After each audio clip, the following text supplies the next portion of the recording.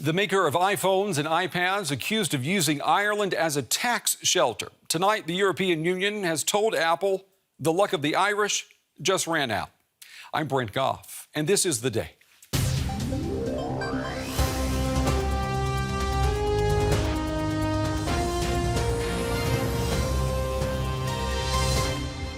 The European Commission has today adopted a decision that Apple's tax benefits in Ireland are illegal.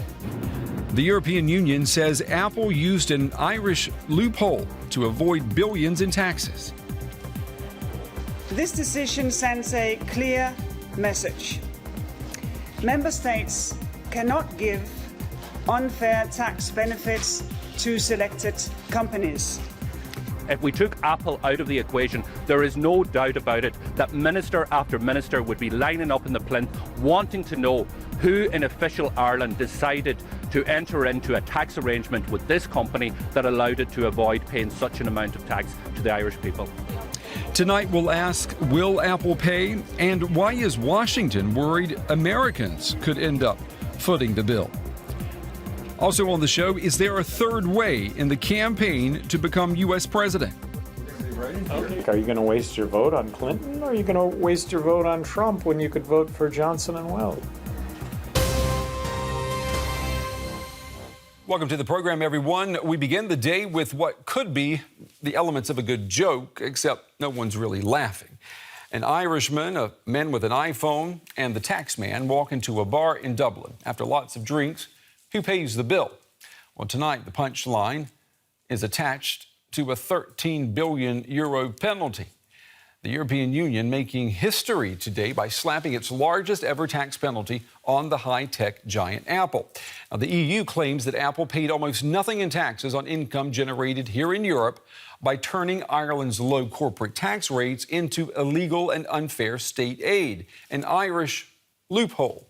Now, Ireland denies that. Apple says it will appeal. This decision is about more than just taxes in Europe. What about the U.S. tax system in this equation? We're going to have more on that in just a moment. Our first report takes us to Ireland. Ireland's notoriously low corporation tax rate has attracted scores of multinationals to the country.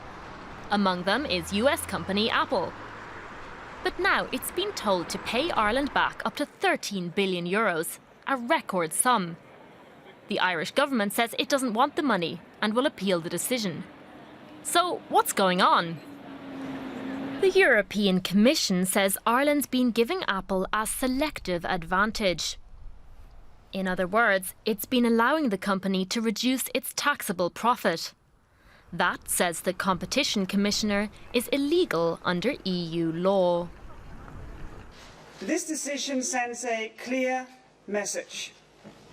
Member states cannot give unfair tax benefits to selected companies, no matter if they are European or foreign, large or small, part of a group or not.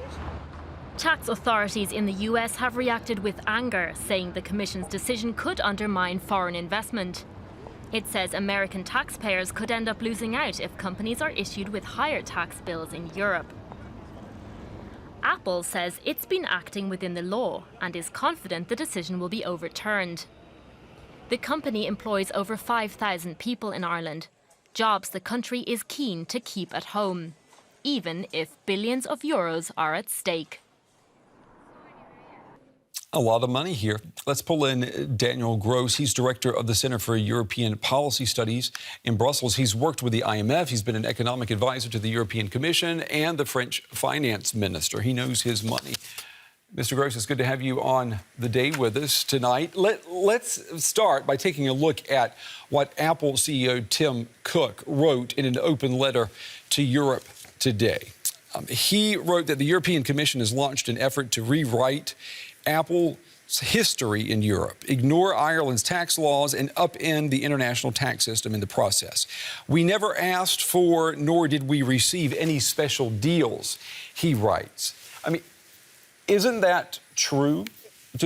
Technically, I mean, Apple hasn't really broken any laws, has it? No, Apple has never broken probably any laws, any tax laws in Europe. To say that it didn't ask for a special deal is also a little bit rich. Yeah. Maybe the Irish told them the deal we are getting you is very good, but we're giving it also to a few other select companies. Yes, so there's a small group of companies which gets a very good deal and therefore has basically not paid any taxes for 10 years. Yeah, and the European Union is saying that the low tax rates amount to unfair and illegal state aid for a company. And I'm wondering, is Brussels using its argument for fair competition to actually force tax harmonization? As a matter of fact, there are no clear rules which prohibit, to some extent at least, these sweetheart deals which national tax authorities give to some companies. And that's why the Commission has tried to use the only power which it has, which is competition policy, to get to these deals. One must also say that at the same time, all the member states' governments are saying we would like to have a more effective taxation of international companies. So in a sense, the Commission is doing exactly what the governments want them to do. And what about the culpability of the U.S. tax system in all of this? Apple is a U.S. company. It's using U.S. tax codes to maximize the impact of Ireland's low tax rates. So at the end of the day, is the problem for the EU actually in the United States? It is partially the United States, and that's why disproportionately many US companies will end up being fined by the Commission. Basically, the US tax code says US companies that make profits abroad will not pay any tax on these profits as long as they keep the profits abroad.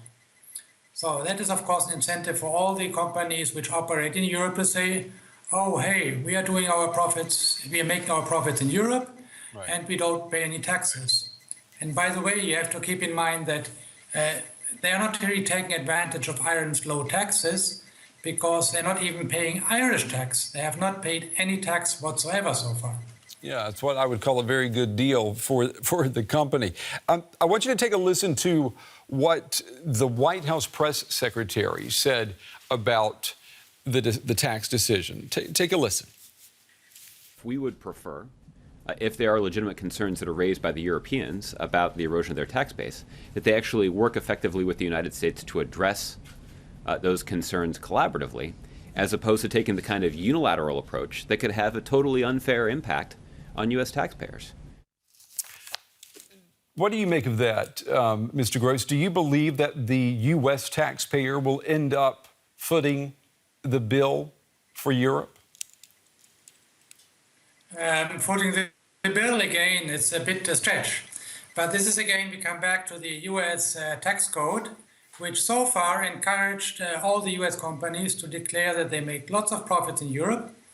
And the American Treasury thought, okay, they're not paying their taxes now, but they will sooner or later when they repatriate their profits.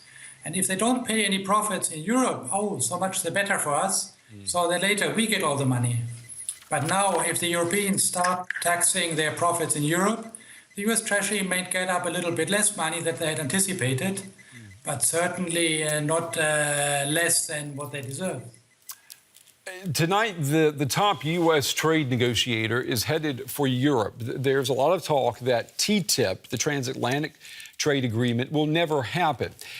Let's listen to what we've been hearing from France and Germany this week.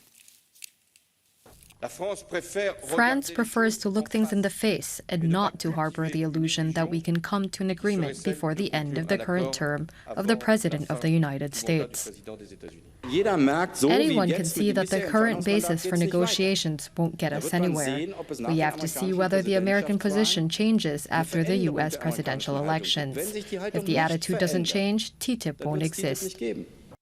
All right, I mean, they're talking politics there, but let's stick with taxes for a moment. Do you think a big deal like TTIP can work if the U.S. and the EU have tax systems that are dramatically different and that can actually be used to work against each other?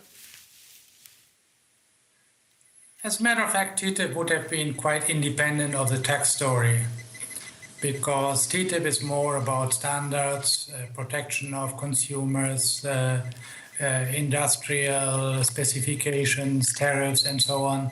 And this would have been anyway extremely difficult to achieve.